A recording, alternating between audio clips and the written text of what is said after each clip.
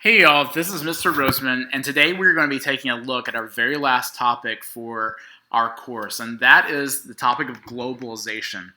This is a new term, but it's not a new historical process. Through much of our course, whether you've realized it or not, we have looked at this idea of globalization. Um, but for the time being, globalization is essentially the interaction among peoples, governments, and companies around the world. Here's a bit more complex definition to set up this idea of globalization. I want you to read that here.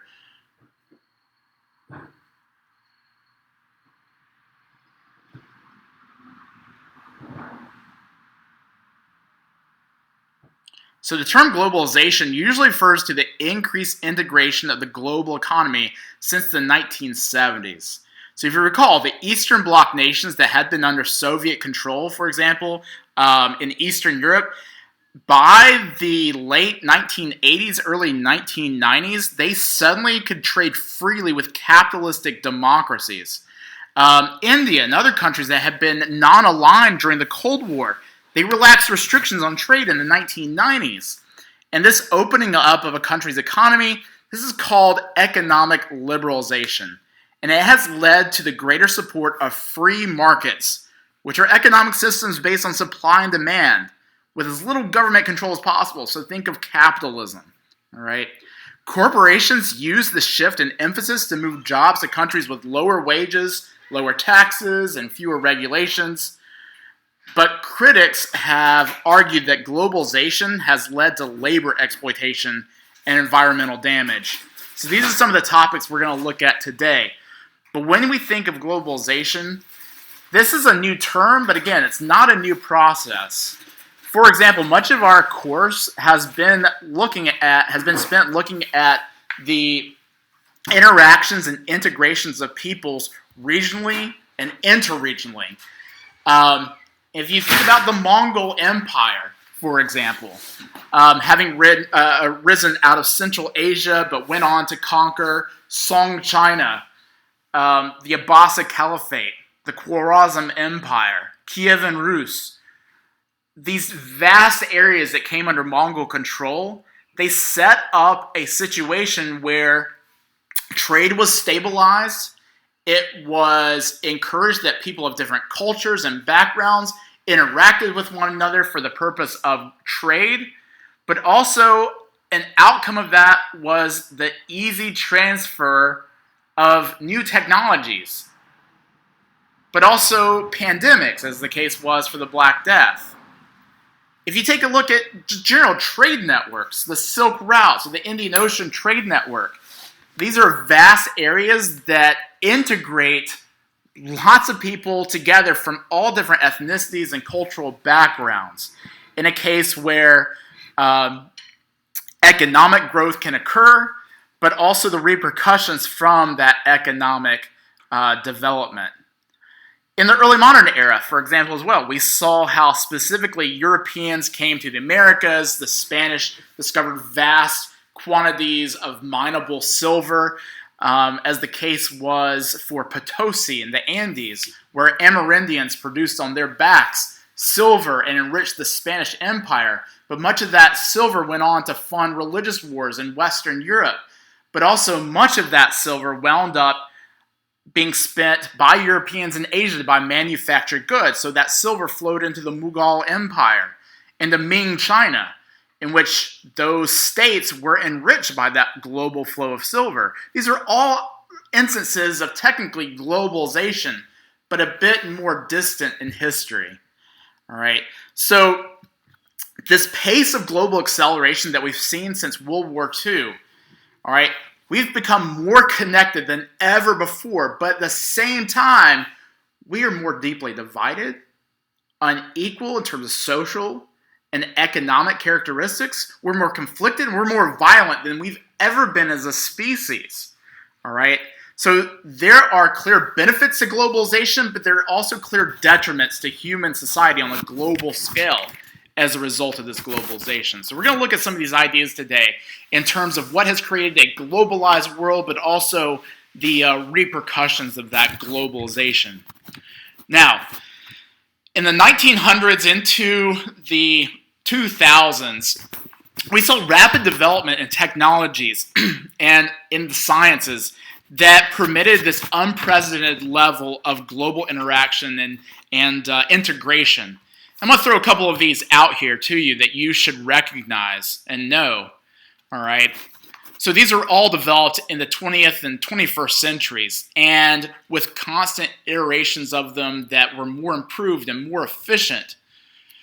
But radio and broadcast television that first developed before 1945, satellites that developed as a result of the space race, beginning with Sputnik in 1957, internet and fiber optics with the beginnings of that after World War II, cellular communications, a result of space race technologies, jet airlines, with jets being first developed during World War II and then constantly improved upon. Even shipping containers, all right, these boxes that are that can carry loads and be stackable on cargo ships, were able to transfer goods on a scale never before seen. And credit cards, something as ubiquitous as credit cards and digital banking, online banking. These are all technologies that have made it much easier to buy and sell goods, all right, and deliver goods on a colossal global scale. So as a result of that, all right, we have seen the process of globalization intensifying since 1945, but in particular in the last 20, 30 years. What further allowed for the setup of globalization since the 1980s was a conclusion to the Cold War. By 1991, it's done. All right, if you recall from past lesson, we saw how the United States basically pushed the Soviet Union to bankruptcy by outspending them in military development. And in order to compete with the United States, the Soviet Union was economically feeble, and it showed that there were clear problems with this communist alternative to capitalism. And not just in the Soviet Union, but other communist states who had for decades attempted strict, hardline, centralized economic planning. For example, in China, under Mao Zedong, these were all areas that had shown weak economic growth, in which very few consumer goods were actually produced. Instead, greater focus placed on government-needed heavy industry, steel production. All right. But with the end of the Cold War came democratic movements, and democratic movements that also sought greater access to consumer goods like those that were found in Western nations. And it happened to be that as the Cold War concluded, those nations that had the strongest economies were those that were capitalistic. And leading the way was the United States. So whenever the Cold War ended, by 1991, with the collapse of the Soviet Union and the transfer of former Soviet satellite states from communist dictatorships to burgeoning democracies, as of the collapse of the Cold War, or collapse of the Soviet Union and the Cold War, the United States was left as the single most dominant global power. And some might argue that this was an American empire. For example, the United States, ever since the conclusion of World War II, had promoted free trade and advocated a popular consumer culture that was clear-cut in the way that we bought goods that made us happy, and we produced those goods in order to meet that American but also growing foreign demand for American-made consumer goods.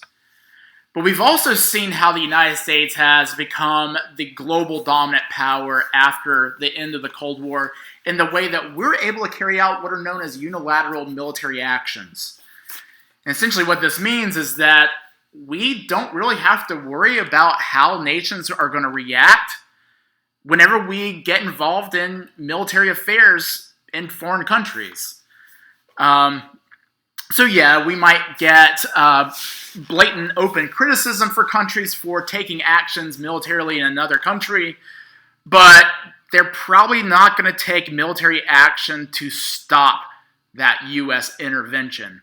For example, since 2001 in Afghanistan, since September 11th, and the invasion of Iraq, sure, many nations worldwide have criticized U.S. intervention there as part of this global war on terror that the United States spearheads. But nations have not stepped in to force us to back down, not at least in terms of sovereign nation states.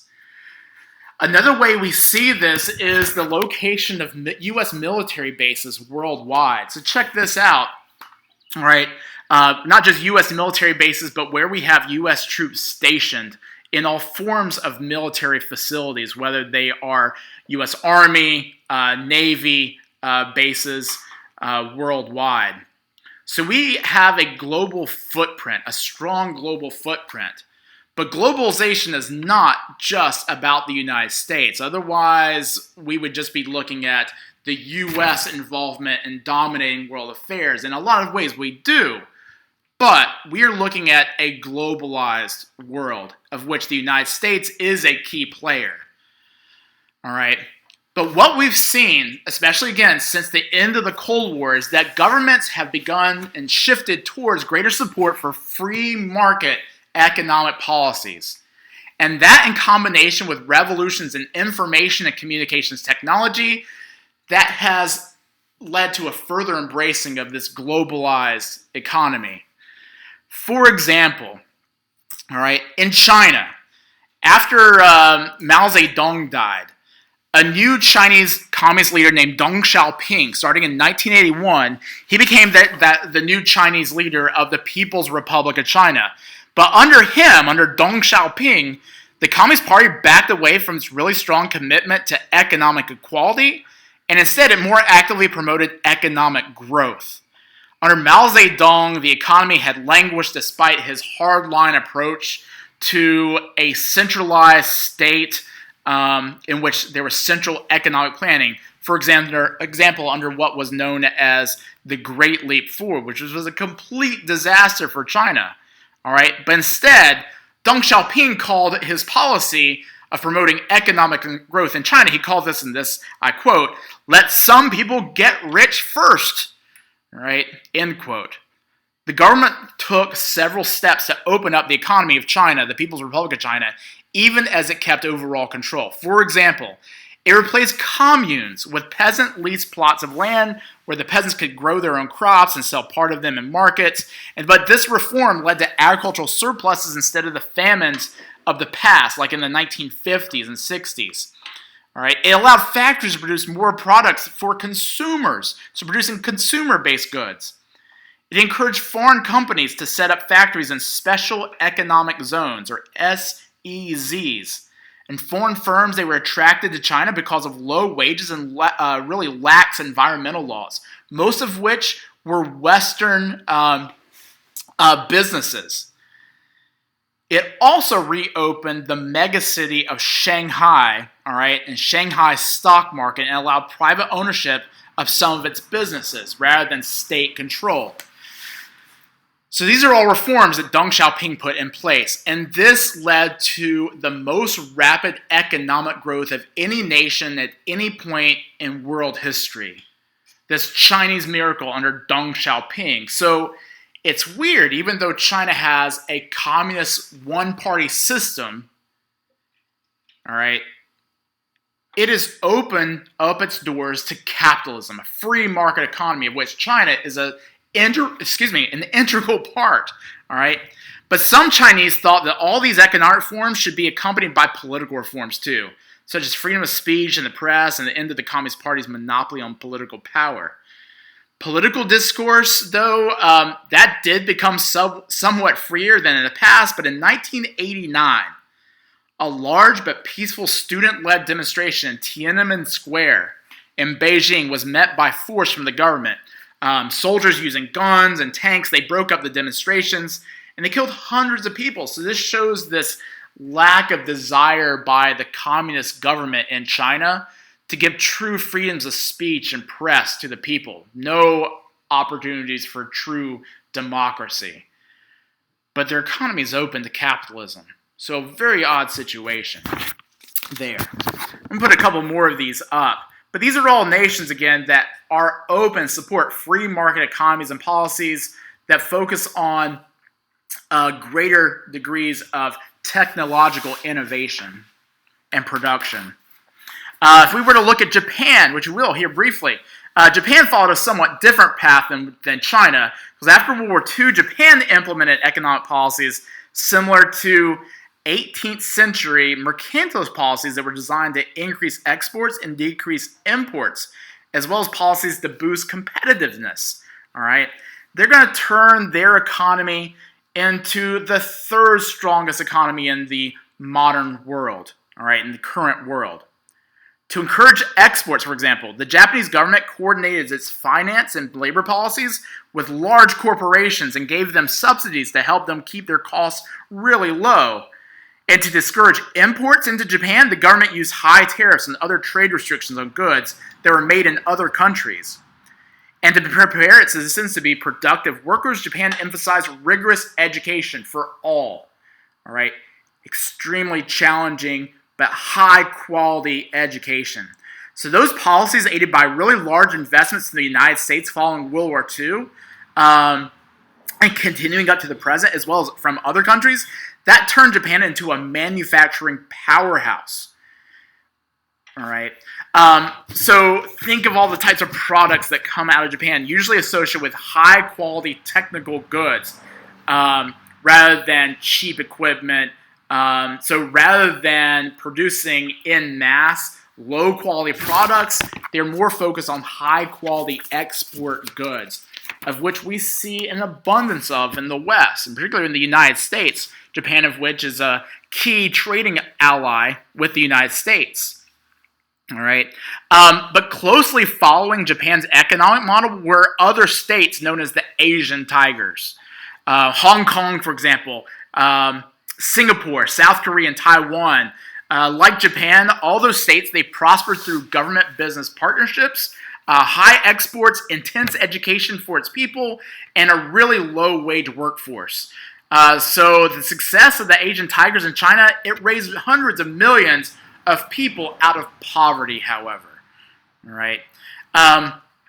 So industrial production and manufacturing in those regions, including also the United States, that has declined in some of these areas. So manufacturing plants are increasingly located in Asia and Latin America rather than the United States and Europe. Countries in both Asia and Latin America, they've become known for their contributions to the textile and apparel industries, though they manufacture many other products as well.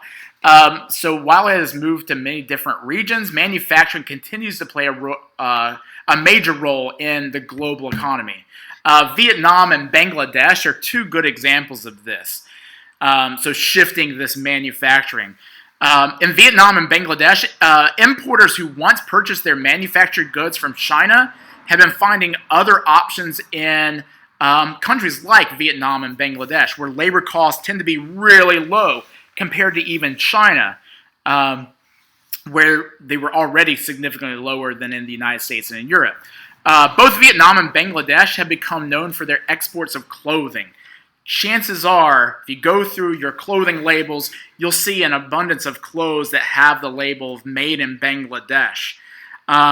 In compounds the size of small villages in some places, garment manufacturers, often funded by foreign investors, they churn out clothes that end up on hangers in stores in developed countries like our own. Clothing accounts for about 80% of exports from Bangladesh. 80%. Phones are the largest export from Vietnam, and that's worth about $45 billion as of 2017, with apparel and electronic goods each bringing in about $25.9 billion annually. Nike is a good example of a multinational corporation that has set up shop in Vietnam, able to produce Nike shoes rather cheaply for export to a global market, not just to the West, but globally. All right. But in recent years, workers in Vietnam and Bangladesh, they have started strikes protesting how low wages and poor working conditions have racked their populations. Their pay has increased slightly as a result, but not really enough to keep up with the rising costs of living. Okay, so industrial manufacturing, it's increasingly situated in developing economies, like these that I'm talking about, Vietnam, Bangladesh, but also in Latin America, nations like Mexico and Honduras.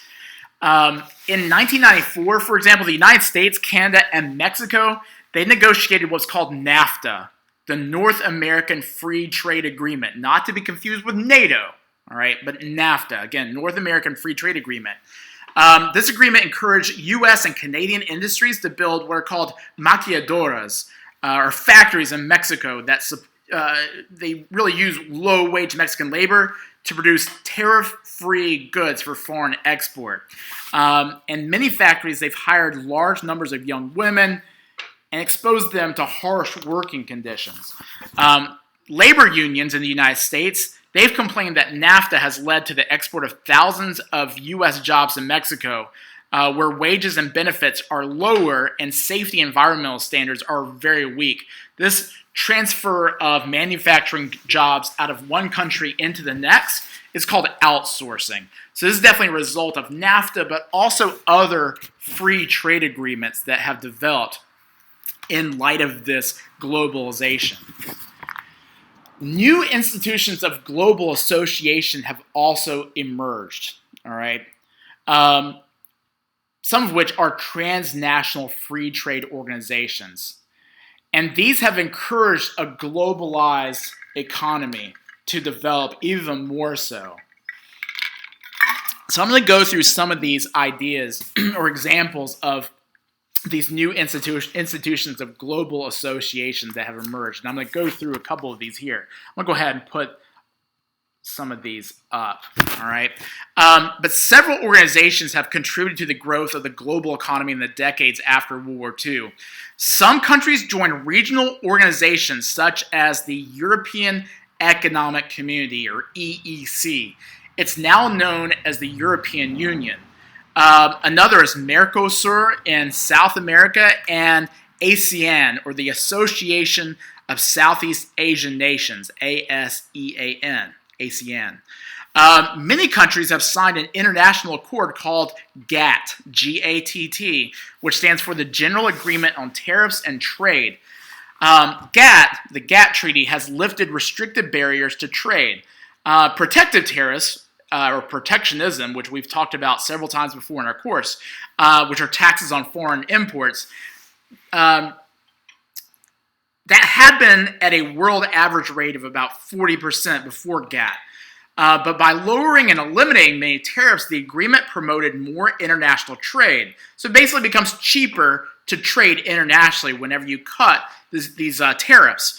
And that's helped restore economic prosperity to war-ravaged Europe since World War II.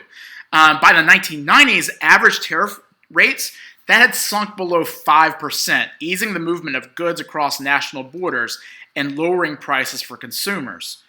We've also seen the development of the IMF, or International Monetary Fund, and the World Bank. These provide financial assistance to developing countries, all for the sake of trying to reduce poverty and support economic development in those nations. All right. Last off, we also see the development of the World Trade Organization, which began in 1995 and also known as the WTO, World Trade Organization. And that took over GATT's operations. All right, the WTO, it made rules that govern more than 90% of all international trade. In part because of its power, the organization became controversial. All right, very powerful organization. Its meetings were closed to the public, and its board members represented mostly corporate interests. All right, also, the WTO's rules, it favored trade over consideration of issues of moral concern. A good example of this is that through strict application of WTO rules, or the World Trade Organization's rules, a member nation that refused to buy clothing made by sweatshop labor, it could suffer trade sanctions from the WTO. So there are definitely ripple effects that happen because of this globalized economy. Another thing I want to take a look at here is something that you're probably more familiar with, and that's multinational corporations. A multinational corporation is one that is legally incorporated, all right, begins and operates in one country, but that makes or sells goods or services in one or more other countries. If you think back, we've actually talked about multinational corporations before, at least their beginnings. But the joint stock companies that developed back in the early modern era, back in that time frame of 1450 to 1750, such as the British East India Company and the Dutch East India Company, they were the earliest examples of multinational corporations. Multinational corporations, or MNCs, they were also one of the business means through which imperialistic nations made their wealth during the age of imperialism, during that second wave of imperialism. If you think about companies like the United Fruit Company or De Beers, the diamond producing company in South Africa. But they exploited resources and labor of the colonized regions for profit in their home countries.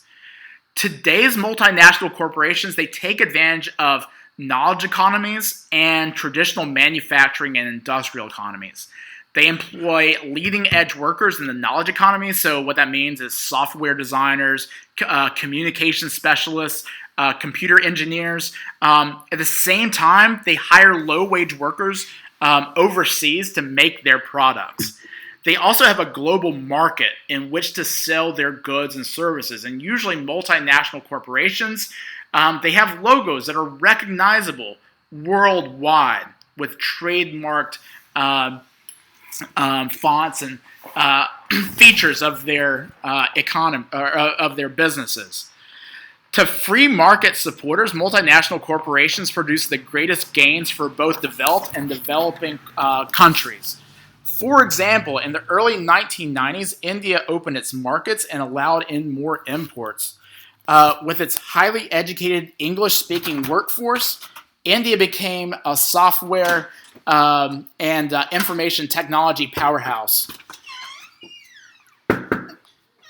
drawing investments from American and European companies that wanted to outsource jobs and lower labor costs. All right, multinational corporations such as Microsoft or Google, they've also invested in the Indian economy. And the influx of corporate wealth and foreign goods has created a thriving consumer culture among India's middle class, which has grown tremendously over the last 20 or 30 years. The India-based multinational corporation called Mahindra, it produces cars and farm equipment, military vehicles, and electrical energy. And it's based in the city of Mumbai in India, but it has operations throughout the world in places like South Korea, China, Australia, the U.S., South Africa, and in other African countries. Some multinational corporations are criticized, though, because they lack a strong national identity and therefore do not necessarily follow really ethical standards of the ethical standards of their home nation. They are also criticized for exploiting workers and establishing their operations in such a way that they avoid as many taxes as possible.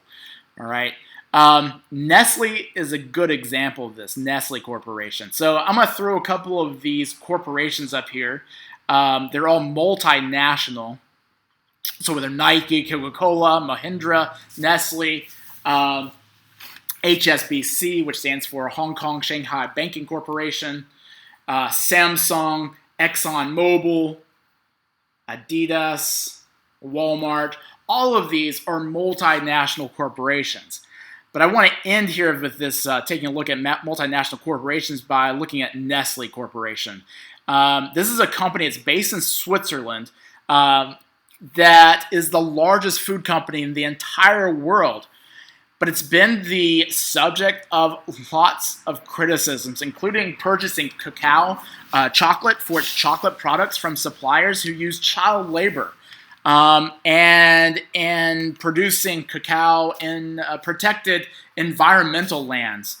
It's also faced criticism for its bottled water business because of its attitude towards drinking water as a product rather than as a human right. At the same time, though, Nestle invested in a number of research programs aimed at sustainable agriculture and training for farmers.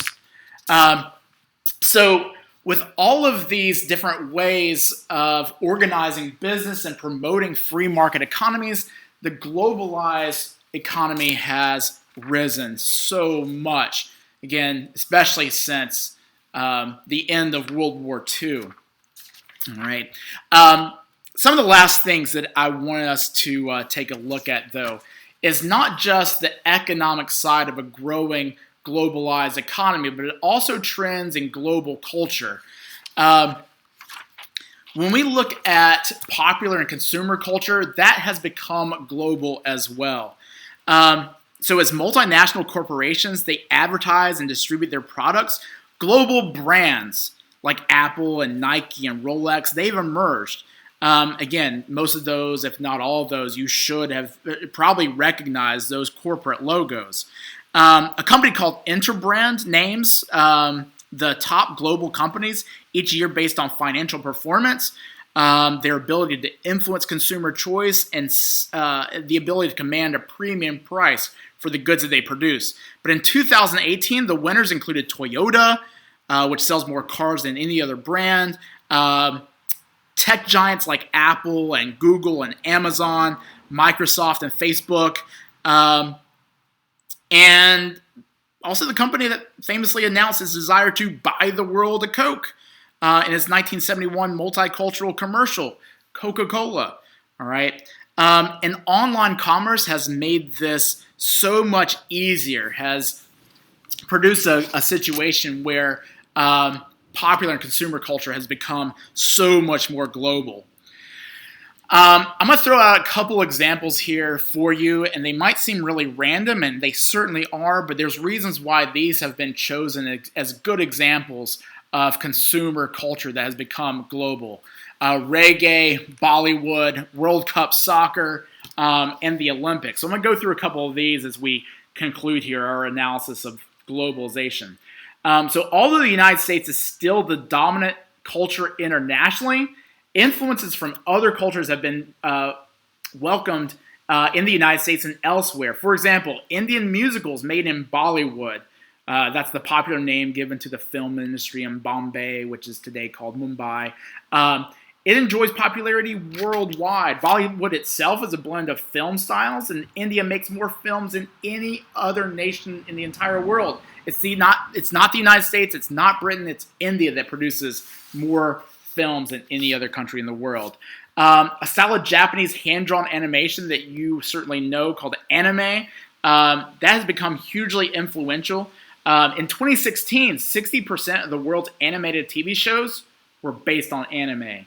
Anime was introduced to American culture in the 1980s with the movie called Akira, and television shows such as Pokemon and Dragon Ball. They've all brought anime into the American mainstream and therefore have made it even more popular on a global scale. Reggae itself is a product of a globalized world. All right, reggae music from Jamaica is global in its origins and its popularity. It first emerged in the 1960s, blending New Orleans jazz and rhythm and blues with what's called minto, which itself is a fusion of African rhythms and European musical styles. But it's associated with the Rastafarian religion of the Caribbean, which promotes Pan-Africanism, the connectedness of all Africans, whether they live in Africa or in the diaspora of Africans worldwide. It's often blended with musical traditions of other countries. But its popularity became global, especially through the music of Bob Marley, particularly in the 1970s and early 80s. Another style alongside reggae that has become increasingly popular in the past decade is something called K-pop. Korean music, Korean popular music, whose artists sing in a mixture of Korean and English. They become global stars in the early 21st century, and their popularity has been boosted as a key South Korean export good. In fact, it's considered so valuable, K-pop is, to South Korea, that the South Korean government has invested in K-pop concerts and tours. And internet-based streaming services like YouTube and Vimeo, they've all helped popularize K-pop and other musical styles with a global audience.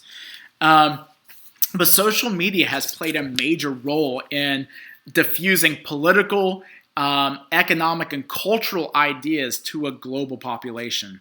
The globalization of popular culture has also included sports as well. The establishment of the modern Olympic Games in 1896, that reflected an early sense of internationalism. In 2016, the most recent, at least of this time that I'm recording this, the Olympics in Rio de Janeiro in Brazil, that attracted over 3.6 billion viewers worldwide, truly a global audience.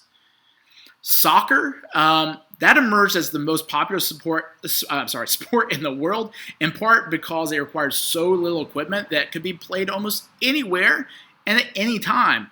The World Cup soccer competition, it rivaled the Olympics as a global event itself. All right. So all of these things have helped bring people together on a global scale, but at the same time, there's certainly criticism put out there as an attempt to make it clear the repercussions of globalization, whether it's through the actions of Greenpeace, the global awareness of environmental impacts of globalization through Earth Day, attempts to restore environmental systems through the Green Belt movement of East and Southern Africa. Even global terrorist organizations such as Al-Qaeda and ISIS, who attempt to target civilians in order to achieve their political aims, they developed in part as a response to the globalized dominance of the United States and its Western partners, with a fear that traditional conservative Islamic culture is being lost and pushed aside in favor of more secular views that nations like the United States hold. So the responses to globalization have been tremendous. And what I'm going to leave us with is something we've also looked at throughout our course, and that's the development of new religions.